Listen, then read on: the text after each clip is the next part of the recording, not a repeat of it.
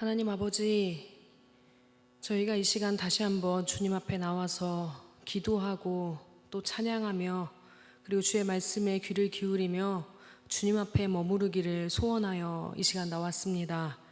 주님, 저희가 지난 시간 동안 눈을 떠서 눈앞에 보이는 것들을 바라보며 살았더니 그 보이는 것들에 이리저리 흔들리고 휩쓸리며 정신없이 살았습니다.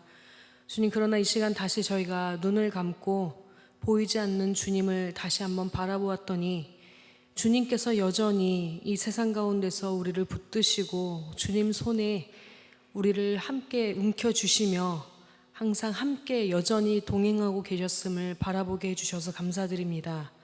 주님, 이제 다시 저희가 주님의 은혜를 기억하며 그 은혜를 붙들며 또 그 은혜에 붙들리며 살아가기를 소원하며 주님 앞에 나아갑니다.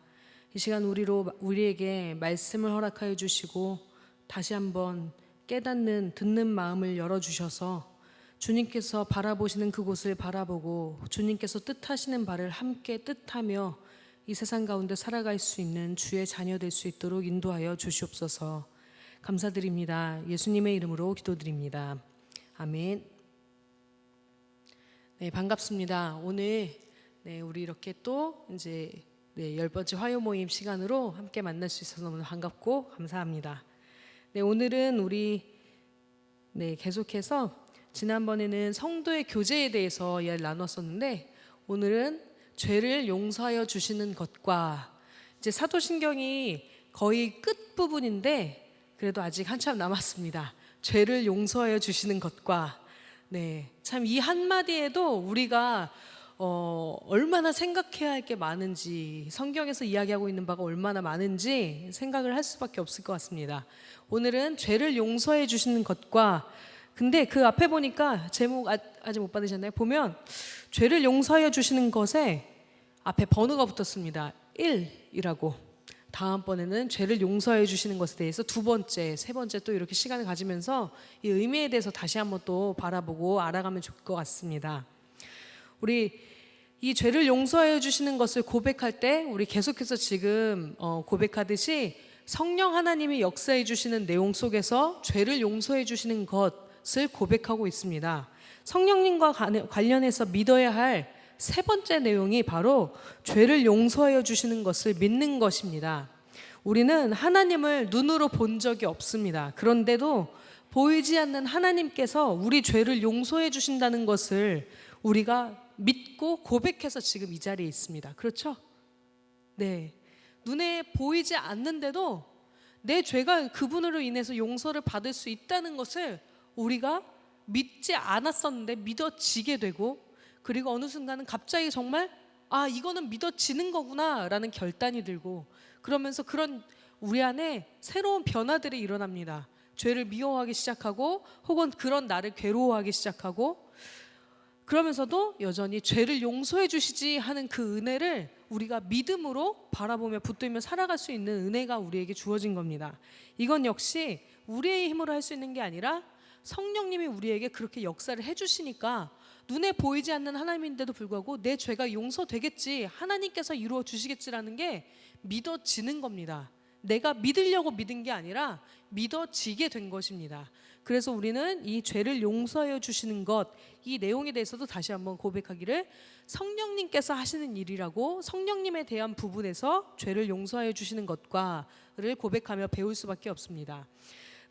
그런데 이제 죄를 용서해 주시는 것이 무엇이냐, 죄가 무엇이냐, 이렇게 계속해서 알아볼 텐데, 그런데 오늘은 그 첫 번째 시간으로 무엇보다 먼저 살펴봐야 될 게 있습니다. 그러면 우리가 어떤 죄를 용서받는 건가? 우리가 용서받는 죄가 뭔가? 죄는 우리와 무슨 관련이 있는가? 그 사실에 대해서 조금씩 아주 기초적인 것부터 같이 한번 나눠보려고 합니다. 우리 11번 같이 한번 읽겠습니다. 시작. 무엇이 죄이며 누가 참으로 죄인입니까? 밑에 작은 제목도 한번 읽겠습니다. 시작. 우리가 설교를 들을 때 종종 이런 이야기를 가장 많이 듣습니다. 죄 용서가 기독교 신앙의 내용에 가장 중요한 내용인 것처럼 우리는 종종 이야기를 듣습니다. 만약에 우리 내가 내 친구를 한번 전도하려고 그래요. 근데 그 친구는 교회를 한 번도 안 갔어요. 그래서 예수님이라는 이름은 좀 들어봤고 하나님이라는 이름을 좀 들어봤는데 성령님은 당연히 낯설겠죠. 그런데 그런 친구한테 너 교회 가자라고 얘기했을 때 그럼 그 친구가 교회 가면 뭘 믿는데? 기독교가 뭐야? 이렇게 물어봤어요, 나한테. 그러면 뭐라고 대답하실 거예요? 기독교가 뭐야? 너 교회 가서 뭐 믿어? 재훈 형제 뭐라고 대답할 것 같아요? 하나님을 믿어요. 뭐 하나님이 어쨌길래? 네. 네. 네, 맞아요. 재훈 형제가 대답하는 내용이 아마 100명한테 물어봤으면 아마 90명은 이렇게 대답을 할 것 같아요. 하나님이 우리를 사랑하셔서 예수님을 보내주셨고 예수님 때문에 우리의 죄가 용서받았고 그래서 우리가 구원을 받았어. 우리가 이걸 믿는 거야 라고 아마 이야기를 할 겁니다. 그런데 우리가 기독교 신앙을 종종 이야기할 때 소개할 때 종종 죄인인 우리를 위해 예수님은 십자가를 지셨고 재훈 형제가 지금 잘 이야기해 줬던 것처럼 이제 우리는 죄를 회개하고 구원을 받아야 한다라는 이야기를 기독교를 소개할 때 하고는 합니다. 그런데 기독교 신앙을 우리가 하나님의 구원을 이야기할 때 이런 내용이 좀 우리가 이해하는 좀 전부인 것 같아요. 이해가 되시나요? 우리가 알고 있는 하나님을 믿는다는 거, 교회 다니는 거, 구원에 대해서 기독교에 대해서 소개할 때 이 내용이 좀 전부인 것 같아요. 그런데 사실 성경은 하나님 나라, 우리가 하나님을 믿는 것, 구원에 대해서 더 훨씬 큰 이야기를 하고 있는데 이 예수님이 나를 위해서 돌아가셨어. 그래서 우리가 죄를 용서받고 구원을 받을 수 있게 됐어. 이 부분은 사실 기독교 이만큼 있는 것 중에서 아주 작은 이 부분에 해당이 돼요. 하나님은 정말 많은 이야기를 세상을 다 창조하시고 지금 이 세상을 움직이고 계시니까 우리를 위해서 맨날 죄를 어떻게 용서할까 이것만 바라보고 계시겠어요? 하나님이 하시는 일이 너무나 크고 너무나 많단 말이에요. 근데 우리가 기독교에서 얘기할 때 너무나 흔하게 이 좀 아주 중요한 부분이지만 아주 작은 이 부분을 가지고 마치 기독교의 전부인 것처럼 그렇게 소개하고 그것만을 바라볼 때가 종종 있단 말이에요. 우리가 이렇게 한번 생각해 보면 좋겠어요. 교회를 오면 교회에서 하는 게 뭐예요? 예배 드려요. 맞아요. 네, 이슬자매가 잘 얘기해 준 것처럼 우리 재훈 형제하고 이슬자매에게 금메달 하나씩 주시고요. 교회 오면은 우리가 가장 이렇게 교회가 이렇게 있어요. 교회가 이렇게 있으면 교회 와서 하는 가장 중요한 것은 바로 예배예요. 교회가 이렇게 있으면 예배예요. 그런데 예배가 교회의 전부예요? 아니죠. 교회에 오면 우리는 하는 게 정말 많아요. 예배를 드리고 기도도 해요. 예배 시간에만 기도하는 거 아니잖아요. 기도하면서 하나님과 교제를 하는 부분도 되게 큰 부분이고 또 성도들이 서로 친밀하게 교제를 해요. 우리 용현 형제가 되게 잘하잖아요. 나눔을 하는 거, 하나님에 대한 이야기를 막 하는 거 예배 시간에만 해요? 아니, 예배 시간 이상으로 하죠. 그렇죠? 교회를 다닌다고 할 때 예배 이만큼 드리고 예배가 강조가 되는 게 이만큼 중요하다면 그리고 그렇다면 또 기도하는 것도 이만큼 중요하고 찬양하는 것도 이만큼 중요하고 하나님을 바라보는 것도 이만큼 중요하고 말씀을 배우는 것도 이만큼 중요하고 하나님에 대해서 나누는 것도 이만큼 중요하고 이 많은 것들이 다 교회에 하나님을 믿는 생활에 다 부분이 모인 거란 말이에요. 이만큼이나 하나님에 대해서 할 이야기들이 참 많단 말이에요. 근데 이 예배가 우리가 되게 중요하기 때문에 교회 다니면 예배 드리는 거야 라고만 우리는 단편적으로 소개할 때가 참 많아요. 그것과 마찬가지로 우리가 하나님을 믿는 게 뭐야? 기독교를 믿는 게 뭐야? 라고 할 때 우리는 참 많은데 하나님이 하신 일이 참 많고 우리가 바라봐야 될 것도 참 많고 하나님이 지금 관심 가지시는 것도 참 이렇게 많은데 근데 우리는 그 중에 일부분인 예수님이 우리를 위해서 돌아가셨고 우리는 죄를 용서받고 구원을 받아 라는 그 아주 중요하지만 일부분인 이 부분에 우리가 너무 많이 집중을 한단 말이에요. 그래서 그 외에 더 많은 하나님의 풍부한 것들을 우리가 같이 바라보고 이해해야 되는 의무가 우리 가운데 있어요. 그 중에 하나가 오늘 같이 나눠야 될 우리가 내 죄를 용서해 주셨어 그리고 구원받아 라고 기독교를 소개할 때는 이 주된 내용 이것 외에 죄를 용서해 주시는 것과에 대한 내용도 이 외에도 되게 많이 있어요. 되게 많이 있는데 오늘은 조금 더 다른 부분에 대해서 조금 나눠보도록 하려고 합니다. 죄를 용서하시는 특권을 가지신 예수인데요. 먼저 복음서에서 예수님은 죄의 용서에 대해서 별로 말씀하시지 않았다는 걸 먼저 알았으면 좋겠어요.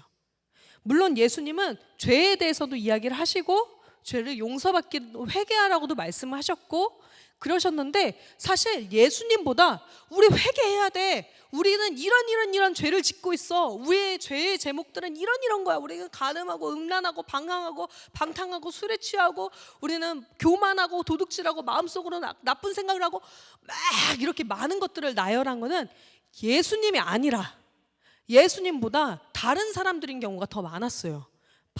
바울이라던가 대표적으로 세례 요한이라던가 다른 예수님이 아닌 다른 분들이 그런 이야기를 하는 게 더 많은, 그런 경우가 더 많았어요. 그럼 예수님은 무엇을 말씀하셨나? 사실 예수님은 무엇이 죄인지 죄의 목록을 나열하는 일에 그렇게 집중하시지 않으셨어요. 반면에 예수님은 죄를 용서해 주시는 자로 행동을 직접 하셨어요. 마태복음 9장을 한번 보겠습니다. 마태복음 9장입니다. 마태복음 9장 2절 한번 보겠습니다.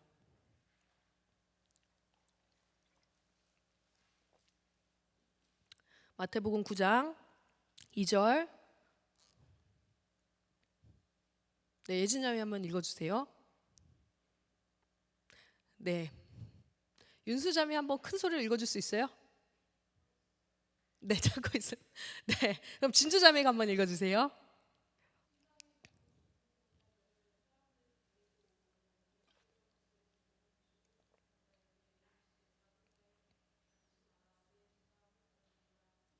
네, 예수님께서 금메달 선물해 주시고요. 예수님께서 중풍병자가 예수님께 나왔어요. 그랬더니 예수님이 많은 사람들 앞에서 이렇게 얘기하신 거예요. 이 작은 자야, 얘야, 지금 용기를 내라. 네 죄가 사함을 받았다라고 선포하신 거예요. 많은 사람들 앞에서. 죄인이 아니라 병자가 왔잖아요. 예수님 앞에 병자가 왔는데 예수님은 그 사람을 보고 이 작은 아이야, 너는 지금 나음을 받았다, 넌 당장 자리에서 일어나라 라고 말씀을 하신 게 아니라 너의 죄가 사함을 받았다, 일어나라 라고 하시는 거예요. 그래서 사람들이 수근수근 됐어요. 아니 자기가 뭔데, 지가 뭔데 감히 무슨 죄를 용서한다고 말해, 지가 하나님이야? 어떻게 저렇게 신성모독을 할 수 있지? 라고 생각을 한 거예요. 이 당시의 사람들이 장애를 갖고 태어나면 그 사람이 그냥 탁 태어날 때 그냥 장애를 입고 태어난 게 아니라 어떤 죄가 있어서, 부모님의 죄가 있거나 그 사람한테 죄가 있기 때문에 그래서 몸에 이상이 생겨서 태어났다고 믿었어요. 그래서 그 장애인들을 볼 때마다 저 사람은 죄를 크게 지은 가족에서 태어났구나 라고 생각을 한 거예요. 그래서 사람들이 이 중풍병자가 왔을 때도 그 중풍병자를 보면서 죄인이 왔구나 라고 생각을 한 거죠. 죄인이 왔네 라고 생각을 한 거예요. 그런데 예수님께서 이 사람들 앞에서 너의 죄가 용서받았다 라고 말씀하셨을 때 사람들이 너무너무나 화가 났어요. 왜냐면 아까 말했던 것처럼 하나님도 아니잖아, 지가 무슨 하나님이야, 어떻게 감히 하나님만이 하실 수 있는 죄를 용서받는다 마냐, 그 지가 무슨 능력이 있다고, 무슨 권리로 이렇게 얘기해, 신성모독이야, 자기가 하나님이야, 막 이렇게 화를 냈거든요. 그랬더니 예수님이 이렇게 말씀하시는 거예요. 6절입니다 6절 같이 읽겠습니다. 시작. 그러나 인자가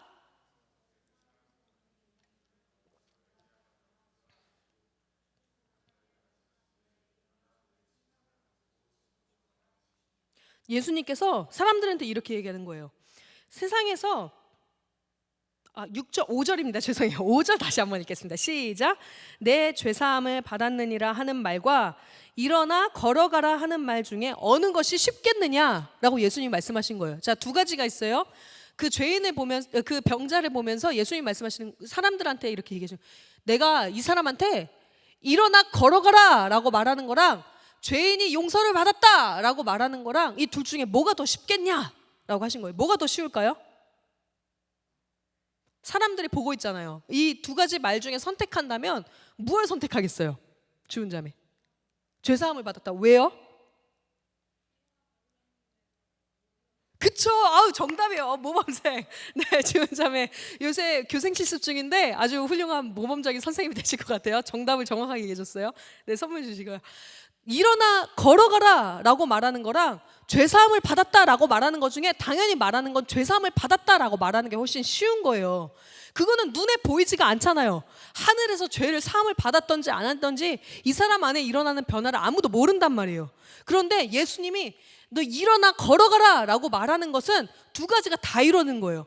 예수님이 말함과 동시에 이 병자가 정말로 그 자리에서 중풍병자였는데 누워 살던 사람이 벌떡 일어나면 진짜 이 사람은 죄를 몸에 치유할 수 있는 능력이 있는 신비한 사람이네 라는 것과 동시에 아까 말했듯이 모든 사람들이, 병자들은 전부 다, 장애인들은 전부 다 죄인이어서 죄를 갖고 태어났기 때문에, 가족 중에 누군가 죄를 많이 지었기 때문에 그 죄 때문에 병자가 됐다고 믿었다고 그랬잖아요. 그런데 이 사람이 나음을 받았단 말이에요. 그러면 진짜로 죄를 용서받은 거거든요. 그걸 증명하는 거거든요. 이해가 되나요? 네. 그래서 당연히 사람들이 그 예수님이 넌 죄를 사라고 하는 거랑 일어나 걸어가라라고 하는 건 뭐가 쉽겠냐라고 이렇게 말씀하실 때 당연히 속으로 죄를 사는 게 쉽지 이렇게 생각을 했을 거예요. 근데 예수님이 6절에 이렇게 말씀하시는 거예요. 중풍병자에게 말씀하시되 일어나 네 침상을 가지고 집으로 가라 라고 말씀하셨어요. 그랬더니 병자가 어떻게 됐어요? 그 자리에서 7절 같이 시작. 그가 자리에서 벌떡 일어나서 자기의 집으로 자기의 발로 걸어갔단 말이에요. 그래서 이 순간에 사람들이 너무나 놀란 거예요. 죄가 정말로 예수님이 말씀하셨던 네 죄가 사하여졌다라고 말씀하신 게 사실이네. 저분은 누구신데 저렇게 사람을 살리고 그리고 죄를 용서할 수 있는, 죄가 정말 용서받았는지 아닌지 모르겠지만 눈앞에서 병자가 일어났으니 진짜 죄가 용서받은 것 같기도 하고 아닌 것 같기도 하고 저분은 도대체 누구지? 하는 이런 질문이 이 사람들 안에 들었단 말이에요. 그러면서 예수님은 너희는 죄를 용서받기 위해서 회개해라. 이런 죄들 너희 안에 있는 이런 죄들 있지? 하면서 죄를 이렇게 나열하면서 막 사람들을 꾸짖으신 일을 많이 하신 게 아니라 그건 바울이나 다른 사도들이 많이 했고, 예수님은 죄를 직접 용서하셔서 그 사람들에게 구원이 일어나는 행위를 직접 하셨어요. 많은 말을 하시지 않고 직접 행동을 하셨어요. 그래서 예수님을 보면 사람들이 예수님은 죄를 용서하실 수 있는 분이구나 라는 거를 전제를 하고 예수님을 보기 시작을 한 거예요. 이해가 되시나요? 네, 계속 보겠습니다. 그러면 계속 보겠습니다. 두 번째, 예수님의 사역의 목적은 그럼 무엇일까요? 예수님이 이렇게 죄를 하나하나 우리에게 가르쳐 주시고 우리가 죄인이어서 우리를 구원하기 위해서 십자가에 돌아가셨는데 이거 되게 중요한 일이긴 하지만 이것만을 위해서 이걸 막 죄를 막 우리 안에 다 하나하나 말하시려는 게 목적이 아니었다면 그럼 예수님이 우리를 위해서 하셨던 그 사역의 목적이 무엇이었나? 그 목적은 죄의 용서를 넘어섭니다. 죄를 용서하시는 것 그 이상을 우리에게 주기 위해서 이 세상에 오신 거예요. 자, 예수님께서 그러면 너희들은 이런 죄를 지었어. 이런 죄가 너희 안에 있어 라고 사도들처럼 죄를 길게 말씀하시지 않은 이유 첫 번째입니다. 왜냐하면 죄에는 수많은 원인들이 있기 때문입니다. 수많은 원인들.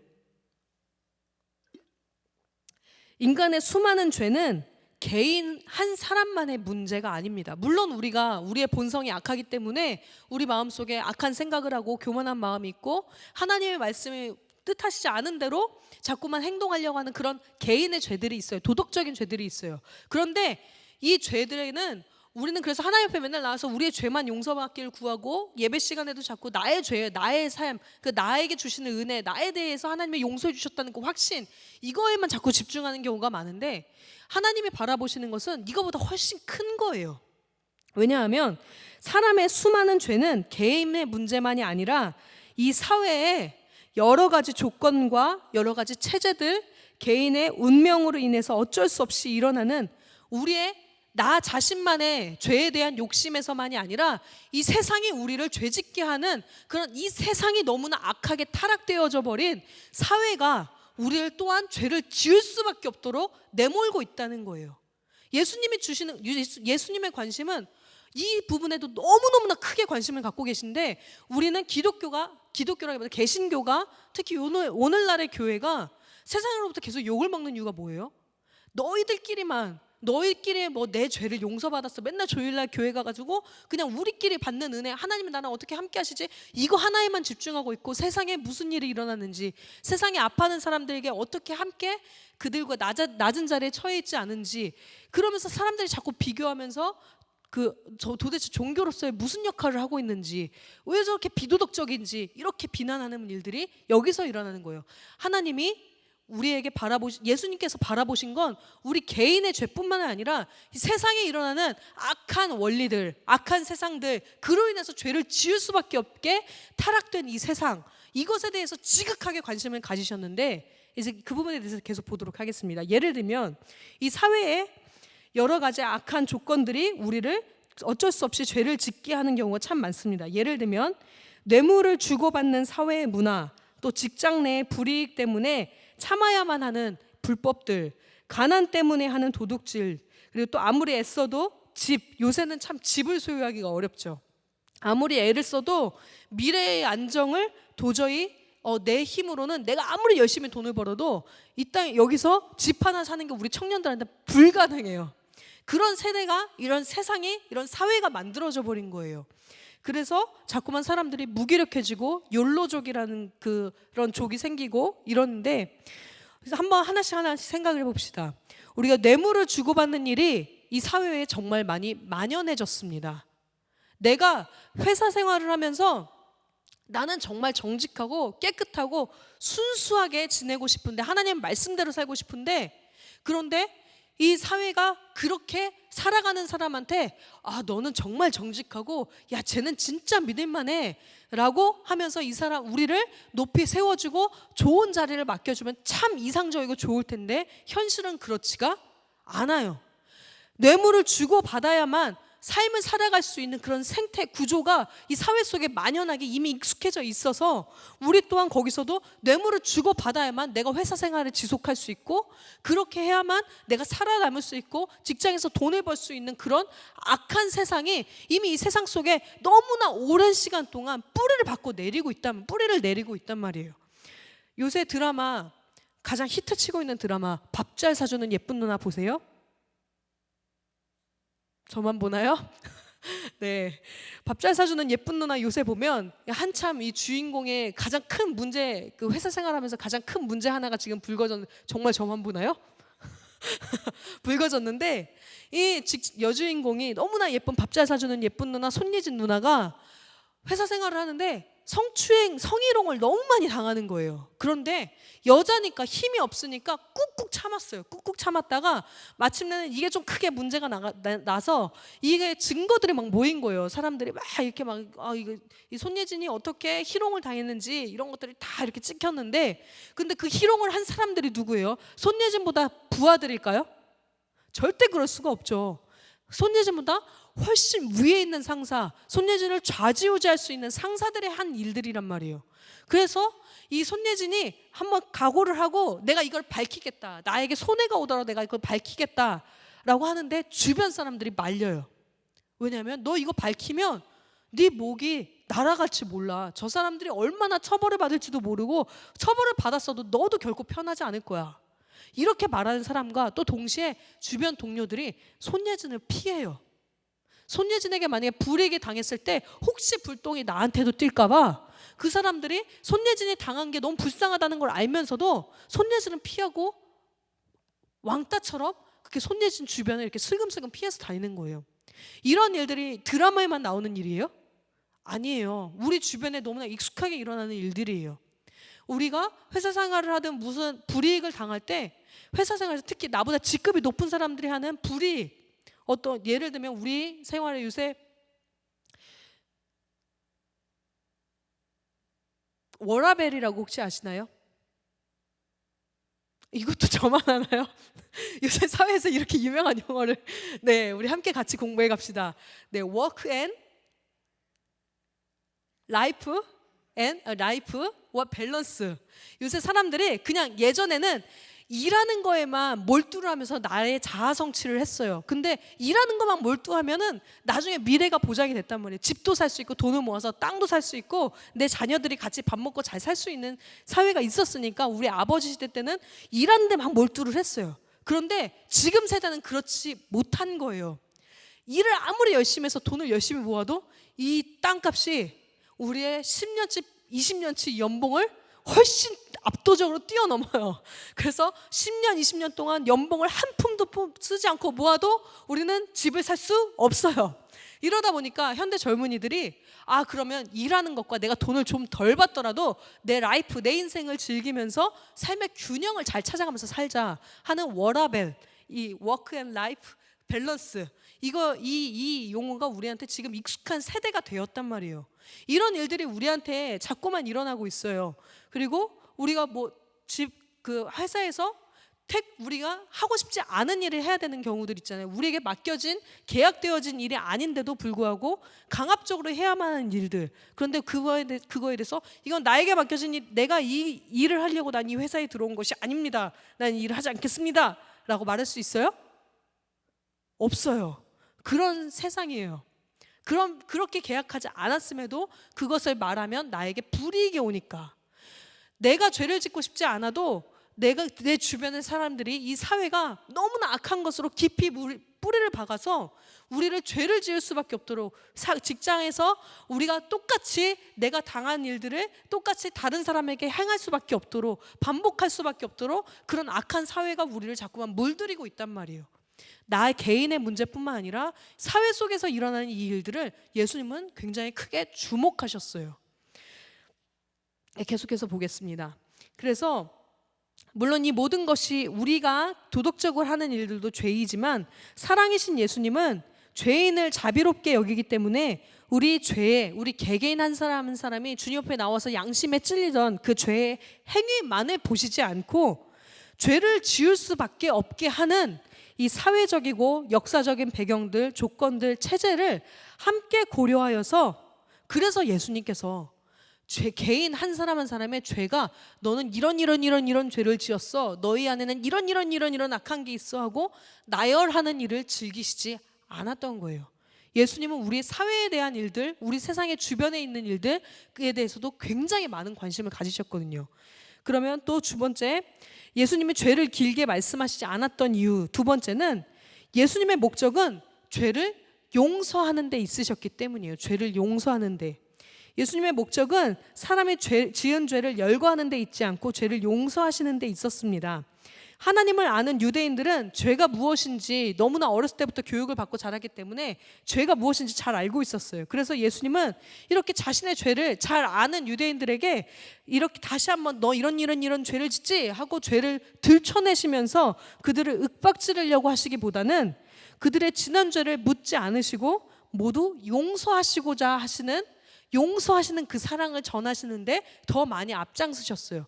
죄를 찔러서 지적해서 마음이 움찔하는데 예수님의 목적이 있었던 게 아니라 그 죄를 우리가 알고 예수님이 용서해 주시는 그 사랑 앞에 우리가 나아가려고, 예수님 앞에 나아가면 저 중풍병자처럼 내 죄가 용서를 받고, 그리고 내 무너졌던 마음이, 내 세상을 살면서 지치고 힘겨웠던 그 모든 마음이, 죄 때문에 모든 것들이 막 실패투성이가 되었던 내 삶이 주님 앞에 서면 저 중풍병자가 벌떡 자리에서 일어난 것처럼 내 삶도 다시 한번 일어서게 되는, 진짜 삶의 구원이 임하게 되는 그 역사가 있구나 하고 믿어서 사람들은 예수님 앞에 계속해서 나아갔다고요.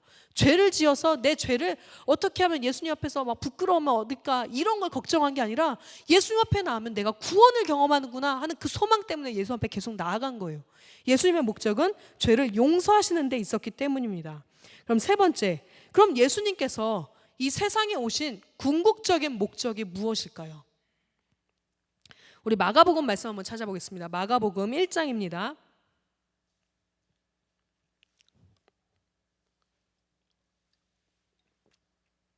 마가복음 1장 14절 15절 말씀입니다. 마가복음 1장 14절 15절 같이 읽겠습니다. 시작. 요한이 잡힌 후 예수께서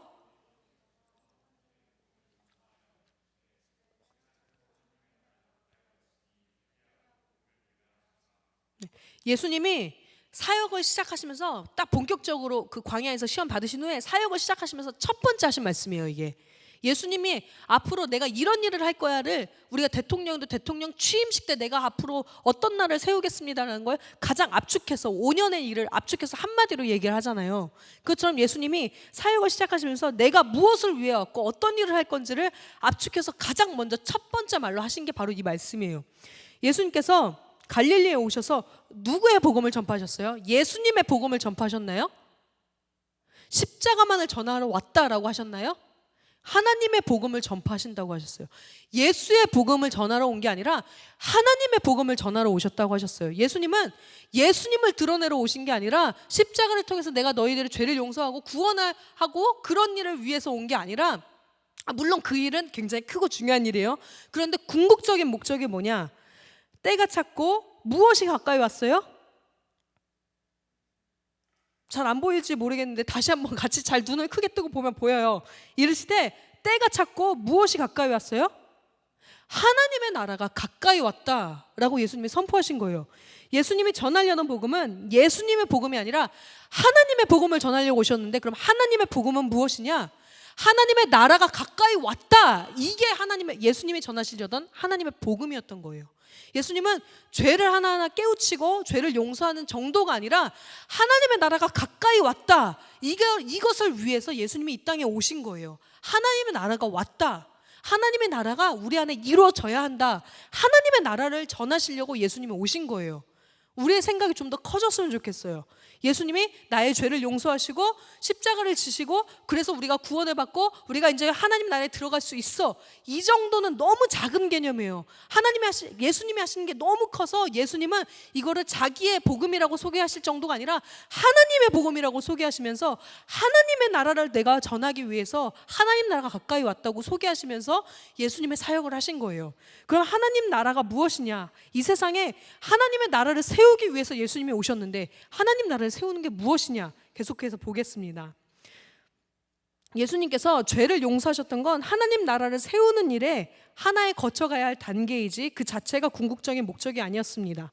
이 세상에 하나님 나라를 세우려고 하셨던 거였는데, 그래서 구약 성경을 한번 보면 구약 성경에서 맨 앞에 나오는 창세기, 출애굽기, 레위기, 민수기, 신명기 이 5가지는 모세 오경이라고 해요. 모세의 5가지 책인데 여기에 하나님이 처음 꿈꾸셨던 세상, 하나님이 이스라엘 백성들을 통해서 이 땅에 하나님 나라가 이루어지도록 처음 꿈꾸시면서 너희들은 이렇게 살아라, 이렇게 사는 게 하나님 나라가 이 땅에서 실현되는 거야, 이 땅에서 재현되는 거야 라고 하면서 처음에 하나님을 기대하시면서 모세를 통해 이스라엘이 하나님 나라를 이 땅에서 이루도록 여러 가지 율법들을 가르쳐 주셨어요. 근데 그게 계속해서 실패해서 마침내 예수님이 오셨지만, 그럼 그때 하나님이 가르치셨던 하나님 나라를 이 땅에서 다시 재현하는 방법, 하나님 나라를 이 땅에서 세우는 방법 중에 하나가 무엇이냐? 대표적인 거 우리가 설교 시간에도 몇 차례 들었기 때문에 이 내용을 다시 한번 반복하면, 레위기 19장에서 거룩하라 라고 말씀하시는데 거룩한 게 무엇이냐라고 할 때 나오는 내용 중에 하나가 곡식을 거둘 때 밭 모퉁이까지 다 거두지 말고 가난한 자와 거류민을 위해 남겨둬라 라고 하셨던 내용이 거룩하라라는 말씀의 대표적인 구절 중에 하나예요. 이게 바로 하나님 나라를 세우는 하나님 나라의 방식의 가장 대표적인 방식 중에 하나인 거예요.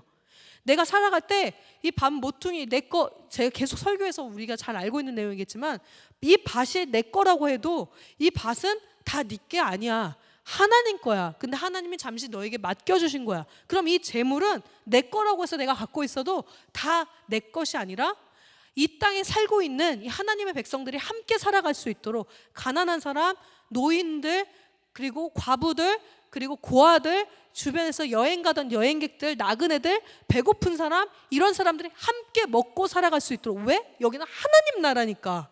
너희들이 이 땅에서 하나님 나라를 경험하게 하기 위해서 너희 땅을, 이 밭을 추수할 때 다 추수하지 말고 너희는 이렇게 네모나게 밭이 있으면 여기 가운데 동그랗게 추수하고 이 내 모퉁이는 남겨둬서 지나가던 고아, 과부, 노인들, 스스로 힘으로 이게 돈을 벌 수 없는 그런 약한 사람들이 지나가면서 그것들을 마치 그 밭 모퉁이가 원래가 내 거인 것처럼 주눅 들지 않고 먹을 수 있도록.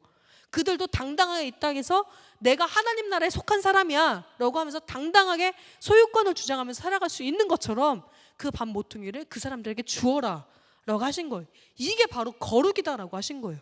거룩은 내 마음속에 내가 오늘 도둑질하지 말아야지, 내가 오늘 마음속에 저 사람을 욕했어, 나는 교만해, 이거를 회개하는 그 정도가 우리는 거룩이라고 생각하는데, 물론 그것도 거룩이지만 그건 거룩의 너무나 작은 개념이에요. 거룩은 이 땅 가운데 하나님 나라에, 우리가 이 땅 가운데 하나님 나라를 재현하는 것, 우리 주변에 있는 사람들이 나로 인해서 지금 이 땅이 하나님의 소유된 나라이고 하나님께서 통치하시는 나라이고, 나로 인해서 같이 어울려 살면서 하나님이 우리에게 이렇게 많은 걸 베풀고 계시구나, 나같이 먹을 것이 없는 사람도 이 땅에서 당당하게 하나님이 나를 돌보시는 것처럼 살아갈 수 있도록, 우리 옆에 있는 사람들의 이웃을 서로 도와주고, 갖지 못한 사람들에게 더 나누어주고, 돌봄받지 못한 사람들을 챙겨주면서 내가 하나님 나라에 살고 있구나 라는 걸 깨닫게 하는 것, 그것이 거룩이라고 우리에게 말씀하시고, 그 나라를 이 땅 가운데 실현해라 라고 모세오경 율법을 통해서 하나님이 처음 그것을 이뤄내 보시려고, 하나님 나라를 이 땅 가운데서 이뤄내 보시려고 애쓰셨단 말이에요. 실패해서 그걸 계속해서 실패해서, 그래서 마침내 예수님까지 오셨던 거예요. 그런데 우리는 다시 이 거룩의 개념을 자꾸만 축소시켜서 나 한 사람의 거룩함, 내 안에 있는 윤리적인 거, 도덕적인 거, 이렇게만 자꾸만 가로막는데, 그게 아니라 내가 살고 있는 이 지역을, 내가 살고 있는 악한 사회를 거룩한 하나님 나라로 만드는 것, 그것이 우리에게 주어진 소명이고, 예수님께서 하나님 나라를 세우기 위해서 이 땅에 오셨다라고 선포하시며 사역을 시작하신 이유예요. 계속해서 보겠습니다. 하나님 나라를 세우기 위해서 예수님이 오셨는데, 곡식을 거둘 때 밥 모퉁이까지 다 거두지 않는 나라, 하나님을 닮은 사랑과 공의가 실현된 나라, 이 나라를 이 땅 가운데 세우기 위해서, 바로 예수님을 믿는 사람들을 통해서 세우기 위해서 예수님께서 사역을 시작하셨습니다. 물론 개인을 제가 용서받는 일도 필요하지만, 하나님의 나라는 하나님의 공의와 자비가 온 사회에 실현되는 것을 필요로 합니다. 그래서 예수님은 한 개인의 죄와 용서에 대해서 길게 말씀하시거나 지적하시는 일을 주로 하시지 않고, 자신의 사역이 죄의 용서에 국한되는 것처럼 보이지 않도록, 죄 용서하는 것만 예수님의 사역인 것처럼 보이지 않도록 하기 위해서 죄를 막 지적하고 꾸짖는 일을 하시며 다니신 게 아니라는 거예요. 자, 그럼 세 번째, 그럼 하나님 나라를 위해서, 하나님 나라를 이 땅 가운데 세우시기 위해서 예수님은 죄인들을 어떻게 대하셨는지 한번 보겠습니다. 세 번째, 체제와 구조의 죄, 그리고 위선을 호되게 꾸짖으셨습니다. 복음서에 기록되어 있는 예수님의 삶을 살펴볼 때, 예수님은 당시에 로마가 이스라엘 유대인들을 점령하고 있었잖아요. 그래서 로마와 그 종교 지도자들이 결탁을 한 거예요. 저 사람들이랑 있으면, 저 로마와 우리가 힘을 합치면 우리에게 권력이 생기겠지 하면서 로마와 부정하게 힘을 합치고, 또 정치 지배 계급에 있는 사람들이 불의하게 착취하고 삭개오처럼 세금을 불의하게 너무나 많이 학대하듯이 걷어서 이스라엘 사람들이 너무나 괴로움을 겪었고, 이런 일들이 이스라엘에 만연했어요. 그렇게 고통당하는 것을 예수님은 보시고, 그 고통당하는 사람들을 위로하고자 예수님께서 움직이셨습니다. 사람 각자의 죄된 본성도 물론 문제이지만, 개인들로 하여금 죄를 짓지 않을 수 없게 하는 사회, 그래서 돈이 너무 없어서, 먹을 것이 없어서 훔쳐서 먹을 수밖에 없던 그런 일들이 너무나 만연하게 일어났는데, 그래서 다른 돈 가진 사람들을 보면서 원망하는 마음이 들고, 근데 예배 시간에 나와서 하나님 제가 원망했어요 하고 자꾸 회개를 하는데, 그런데 다시 세상으로 돌아가면 원망을 할 수밖에 없고, 너무나 세상이 불합리하고 부조리하게 굴러가고, 그런 일들이 다시 내 마음속에 양심의 죄책감을 갖게 하고, 이런 일들이 반복되는 그런 사회, 마치 지금과 같은 사회가 유대인 때에도 마찬가지였단 말이에요. 그런 죄를 짓지 않을 수 없게 하는 사회의 불이한 체제에 문제가 있었기 때문에 예수님은 이 유대인들을 보시면서 목자가 없는 양인 것 같다 하며 불쌍하게 여기셨습니다. 당시에 어떤 사람들이 있었냐면, 밥을 먹고 살아야 되는데 밥을 먹고 살게 힘이 없는 사람들이 있어요. 대표적으로 바로 여자들이었어요. 여자들은 어떤 일을 했냐면 몸을 파는 일을 한 거예요. 먹고 살 수 있는 땅도 없고 어떤 사업을 하기도 쉽지 않고 돈이 없고 이러니까 할 수 있는 일 중에 흔한 게 몸을 파는 일이었어요. 그래서 몸을 파는, 생명을 유지하기 위해서 몸을 파는 여인들이 많이 있었는데, 예수님은 그래서 요한복음 4장에 이런 여인을 한 명을 만나셨어요. 사람들이 왕따시키는 우물가에 나와서 아무도 물을 깃지 않는 가장 뜨거운 정오 시간에 혼자 나와서 물을 깃고 가던 그 여인을 예수님께서 직접 만나셔서 그 여인과 대화하는 장면이 요한복음 4장에 나오는데, 예수님은 그 여인을 보면서 아무도 알려주지 않았음에도 그 여인이 남편을 5명이나 갈아치운 여자라는 것을 이미 알고 계셨어요. 그런데도 그 여인은 꾸짖으신 게 아니었고, 그리고 또 요한복음 8장 11절에도 가늠하다 붙잡힌 여자도 다른 사람이 다 돌을 들어서 쳐 죽이려고 했을 때 예수님이 어떻게 하셨어요? 이 가늠했으니까 감히 이런 여자, 이 나쁜 X, 너 이거 네 죄 네가 알지? 이러면서 막 다 같이 돌 들어서 제일 큰 돌 가지고 와, 이렇게 하신 게 아니라 어떻게 하셨어요? 죄 있는 자가 돌을 가지고 먼저 쳐라라고 하셨죠. 예수님은 죄 짓는 사람들 너무 사랑하시나 봐, 이게 아닌 거예요. 이게 아니라 그 사람들이 그렇게 해서밖에 살아갈 수 없는 세상 속에 살고 있다는 것을 예수님이 먼저 이해를 하신 거예요. 그렇다고 물론 그 죄 속에 계속 살도록 머무르게 하신 게 아니라 너희 앞으로는 죄를 짓지 말아라 라고 하셨지만, 예수님께서는 가늠하다 붙들린 여자의 죄도 추궁하지 않으시고 남편을 5명이나 갈아치우면서 계속 몸을 팔며 살았던 그 여자들의 삶을 예수님께서 그 아픈 삶을 너무나 깊이 이해하셨어요. 오히려 당시에 불의한 지배계급을 예수님은 이렇게 죄짓던 가난한 사회 속에서 가난하게 살아갈 수밖에 없어서 죄를 지을 수밖에 없던 사람들에 대해서는 예수님은 불쌍하게 여기시고, 도리어 굉장히 직접적으로 욕을 하시던 대상들이 있는데 예수님이 직접 딱 진짜 독사의 자식들아 라고 이렇게 거룩하게 이야기하지만, 우리에게는 바꿔서 말할 수는 아주 친숙한 표현이죠. 이 개의 강아지들아, 알죠? 네, 개의 자녀들아, 이렇게 말하는 우리의 익숙한 표현이 있잖아요. 이걸 굉장히 강한 어조로 예수님께서는 거듭해서 말씀하셨던 사람들이 있단 말이에요. 그런 사람들이 누구였냐? 당시에 불의한 지배계급을 갖고 있던 사람들, 가난한 사람들이, 내 옆에 유대인 백성들이 굶어 죽어가고 있고 돈이 없어서 몸을 팔고 있고, 돈이 없어갖고 땅을 사지 못하고 집을 얻지 못하고 결혼을 했는데 같이 집을 얻어서 살아갈 방법이 없는 그런 가난한 사람들이 옆에 이렇게 수술 빽빽인데도 불구하고 나 혼자 먹고 살겠다고 삭개오처럼 세리로 불합리한 돈을 너무나 많이 토색했던 사람들, 그런 지배계급에 빌붙어 살았던 사람들, 악한 일을 했던 사람들을 향해서 예수님께서는 굉장히 심하게 비난을 하셨었는데, 마태복음 23장에서는 바리새인들에게는 너희 회칠한 무덤들아 라고 하셨어요. 회칠한 무덤이란 게 뭐냐면, 이스라엘은, 유대의 땅이 토양이 조금만 파면 밑에 석회의 그 돌 바위가 엄청 많이 나와요. 그래서 땅을 깊게 파지 못해요. 밑에 바위가 가득해서. 그래서 땅을 얕게 파서 무덤을 만드는 거예요. 땅을 너무 얕게 파고 그 위에다 이렇게 조금 덮어두니까 어떻게 돼요? 사람들이 지나가다 그게 무덤인지 아닌지 알아요, 몰라요? 처음엔 조금 이제 티가 났으니까 알다가 사람들이 지나고 잘못해서 발로 밟고 지나가고 이러다가 이게 땅이 평평해지는 거예요. 그러면 사람들이 그게 무덤인지 모르고 계속 지나가다 밟는 거예요. 그러면 시간이 지나면 어떻게 될까요? 땅이 너무 얕으니까 계속 걸어가다가 이렇게 흙을 조금만 쳐도 문대도 흙에 벗겨지면서 이렇게 흩어지면서 그 밑에 숨어져 있었던 시체들, 뼈들이 자꾸 밖으로 튀어나오는 거예요. 이게 이스라엘에 되게 자주 있었던 일이었어요. 그랬더니 근데 이스라엘 율법 중에는 시체를 몸에 이제 가다가 조금이라도 부딪히면, 조금이라도 이렇게 살갗이라도 조금이라도 부딪히면 그 사람은 부정한 사람이 돼서 며칠 동안 격리돼야 되거든요. 이 부정한 사람이 되지 않기 위해서 그 유대인들이 고안해낸 방법이 회를 칠한 무덤인 거예요.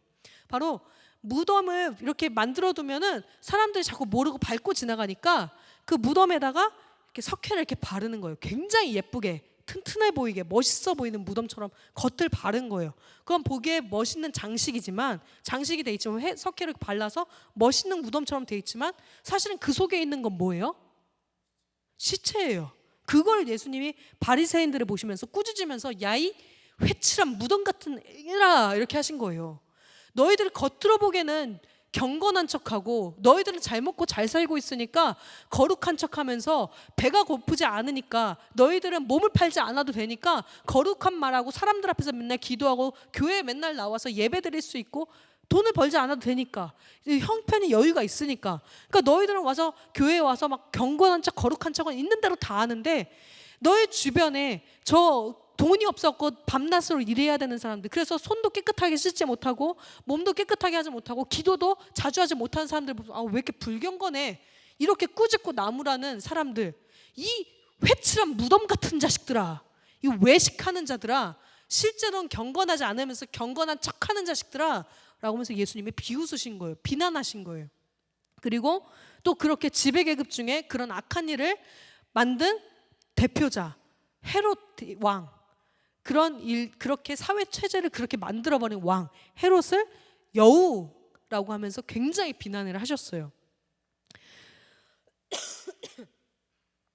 예수님은 이렇게 체제와 구조와 또 위선을 가진 사람들에 대해서 꾸짖으셨는데, 그러면 두 번째, 기독교가 그러면 예수님이 바라보셨던 죄, 정말 기독교가 말해야 되는 예수님의 시선을 가지고 말해야 되는 죄가 무엇일까?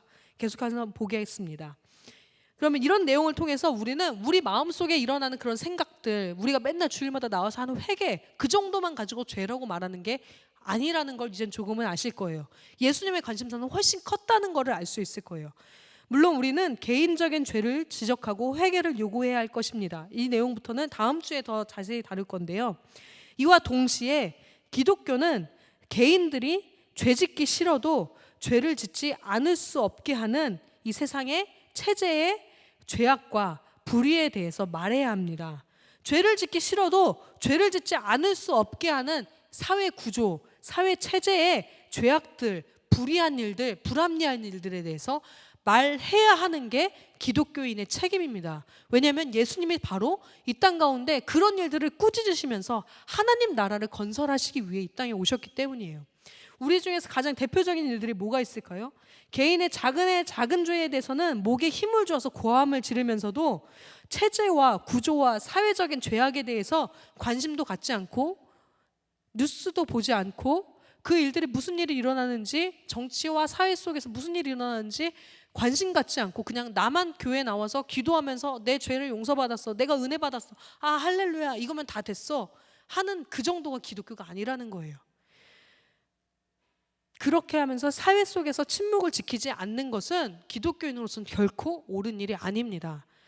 우리가 이런 일들에서 너무나 잘 알고 있는 일들이 여러 가지가 있을 텐데, 대표적으로 우리가 상품백화점 붕괴된 거, 너무 좀 청년들의 오래된 일이겠지만 상품백화점이 붕괴됐을 때 큼직큼직한 일이 우리나라에 최근에 있었던 현대일 중에서 최근에 있었던 큼직큼직한 일이라고 했을 때 상품백화점 붕괴됐던 거, 성수대교가 무너졌던 것, 또 가장 최근에 세월호가 전복되었던 일, 그런 일들이 우리 안에 있을 참 무서운 일이라고 할 수 있죠. 이 세상 속에 있는 불의한 일. 그 일들이 일어났을 때 처음에 사람들은 너무 놀랐어요. 어떻게 저 많은 사람들이 죽을 수 있을까? 어떡하지 저 사람들 불쌍해 하는 일이 어떻게 빨리 구조해야 되지? 이거에 처음에 몰두했다가 시간이 지나니까 무엇이 드러나요? 이 사람들 그냥 단순히 그냥 사고를 당해서 죽은 게 아니더라는 거예요. 무슨 일이 있었냐? 상품백화점이든 그리고 성수대교든 그 안에 뭐라고 그러죠? 부실공사가 있었던 거예요. 부실공사가 있었는데 부실공사 왜 해요? 건물을 짓는 사람들이, 그리고 그 건물을 짓는 건설업자뿐만 아니라 거기에 들어가서 그 건물을 살려는 사람들이, 장사를 하려는 사람들이 돈을 한 푼이라도 아끼기 위해서 눈에 보기에 그럴듯한 건물만 지어놓고 그럴듯한 다리를 지어놓고 안에가 부실이 되었어도 돈을 아꼈으니까 아무도 모르니까 괜찮을 거야 하는 그런 자기 이익을만을 위해 했던 그런 악한 일들이 원인이 되었던 거예요. 그리고 그런 일들이 그 악한 몇몇 사람들만이 아니라 그런 일들을 침묵해줬던 정치 관련된 사람들, 그걸 허가해 줬던 사람들이 줄줄이 연이어 있었던 거예요. 세월호 사건에서도 무슨 일이 있었어요? 그 아이들이 그냥 죽은 걸로만 해서 끝난 게 아니라 알고 보니까 그 선박에 배에 너무 불법적으로 물건을 많이 실어서 원래 실어야 되는 정량보다 훨씬 많은 것들을 실어서 배가 견딜 수 없게 만들어 버렸던 거예요. 그걸 왜 그렇게 했어요? 더 많은 돈을 벌기 위해서, 사람의 목숨보다 더 많은 돈을 벌기 위해서. 근데 그 배에 탔던 그 선원들도 그렇게 하고 싶었을까요? 자기들도 그냥 정량을 지키고 싶었겠지만, 그런데 회사에서 그것을 허락하지 않은 거예요.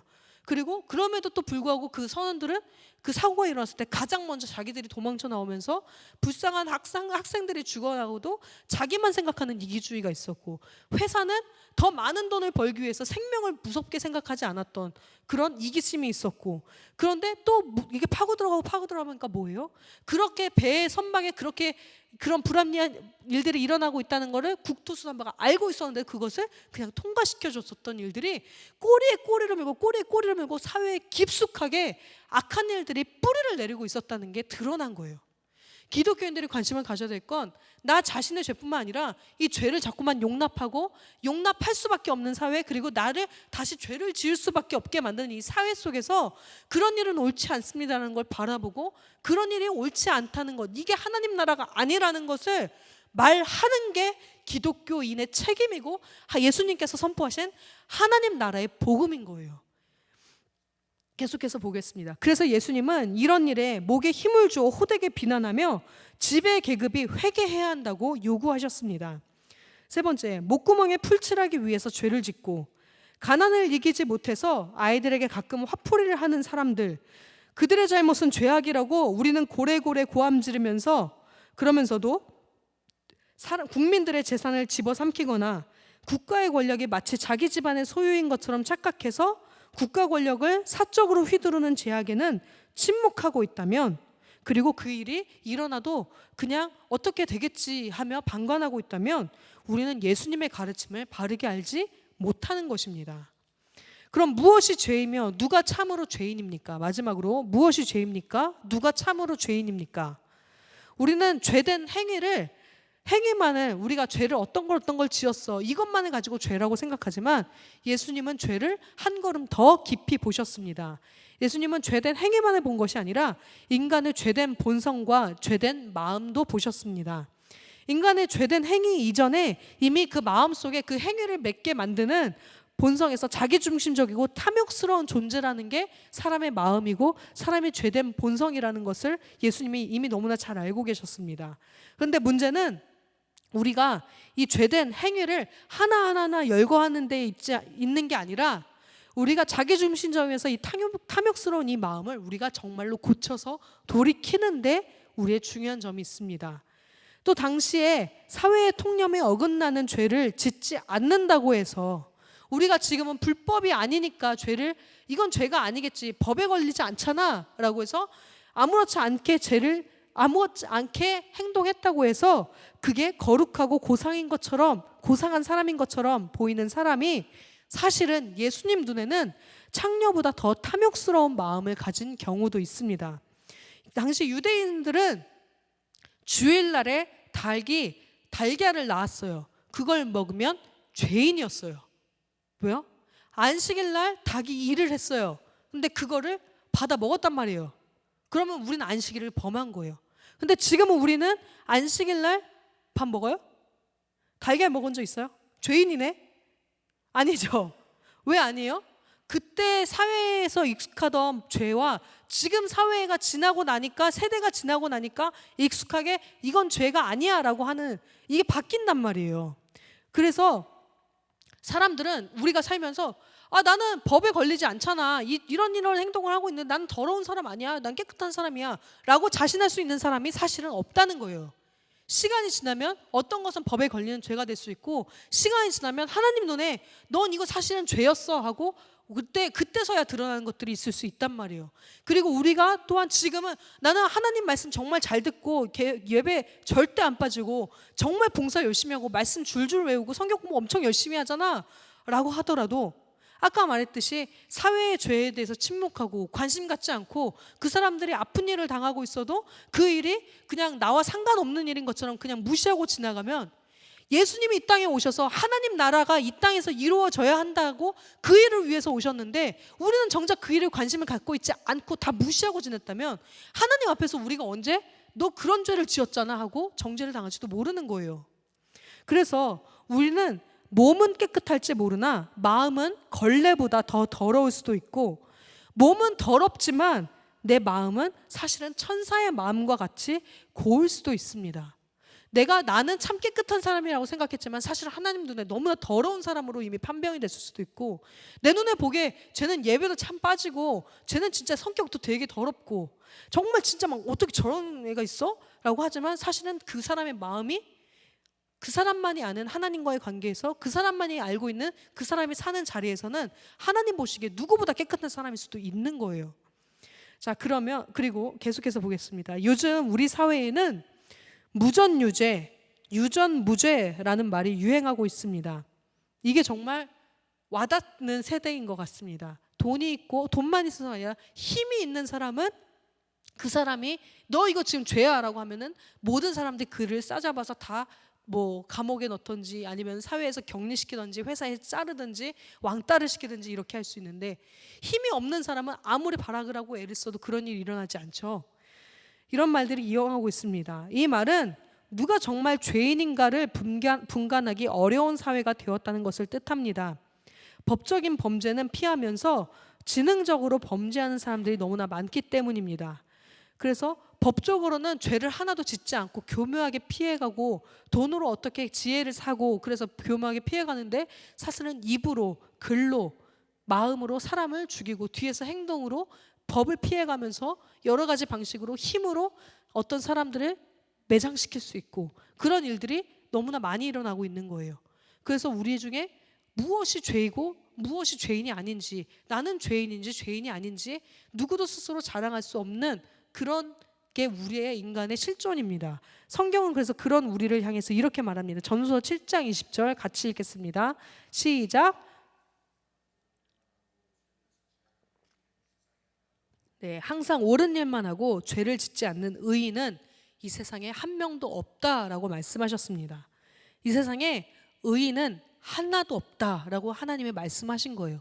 너희 중에 누구도 죄에 대해서 너는 죄인이야, 너는 죄인이 아니야, 나는 죄인이야, 나는 죄인이 아니야 라고 자신 있게 말하면서 한 번도 죄를 짓지 않은 사람, 완벽하게 의인이 될 수 있는 사람 아무도 없다고 하나님이 말씀을 하시는 거예요. 그럼 복음서의 예수는 물론, 그리고 성경이 전제하고 있는 인간의 죄가 무엇인지 다음 주에 조금 더 계속해서 살펴보도록 하겠습니다. 오늘 우리는 그리스도인으로서 조금 더 무거운 죄에 대해서 한번 보았습니다. 나 자신의 죄 정도가 아니라 사회 속에 이 세상에 있는 죄, 예수님이 너무나 관심을 가지셨던 그 사회적인 죄, 그리고 우리가 책임을 가져야 하는 그 죄, 사회에 이 세상이 바로 하나님의 나라가 되도록 우리는 그 일을 위해서 침묵하지 말아야 하는 책임이 있다는 것을 우리가 함께 보았습니다. 네, 우리 다음 주에는 죄가 무엇인지에 대해서, 우리 성경이 말하는 죄가 무엇인지에 대해서 조금씩 더 살펴보도록 하겠습니다. 자, 기도하겠습니다. 하나님, 이 시간 우리에게 죄를 용서하여 주시는 것, 이 내용에 대해서 우리가 매주마다 고백하던 이 사도신경의 내용을 조금 더 깊이 다시 한번 새롭게 말씀을 듣고 깨달아 알 수 있는 시간을 주셔서 감사합니다. 주님, 우리에게 죄가 우리 주변에 만연함에도 불구하고 그것에 대해서 침묵하고 무뎌지며 아픈 사람들의 소리를 듣지 않고 책임이 없는 자인 것처럼, 내가 한번 선심 쓸 때만 이웃을 돌아봐도 괜찮은 것처럼 지내던 우리의 약한 모습을 새삼스럽게 깨닫습니다. 주님, 이제는 나 자신의 죄만이 아니라 이 세상 속에 있는 아픔들, 하나님 나라가 실현되지 못하고 있는 세상의 일들을 우리가 함께 돌아보며 그 일들로 인해서 우리가 아파하지 않는 세상이 올 수 있도록, 하나님 나라가 이 땅 가운데 세워지는데 바로 우리가 쓰임받을 수 있도록 다시 한번 결단하며 이 세상을 당당하게 살아갈 수 있는 주의 자녀들이 될 수 있도록 우리를 도와주시옵소서. 감사드립니다. 예수님의 이름으로 기도드립니다. 아멘. 수고하셨습니다. 안녕히 돌아가십시오.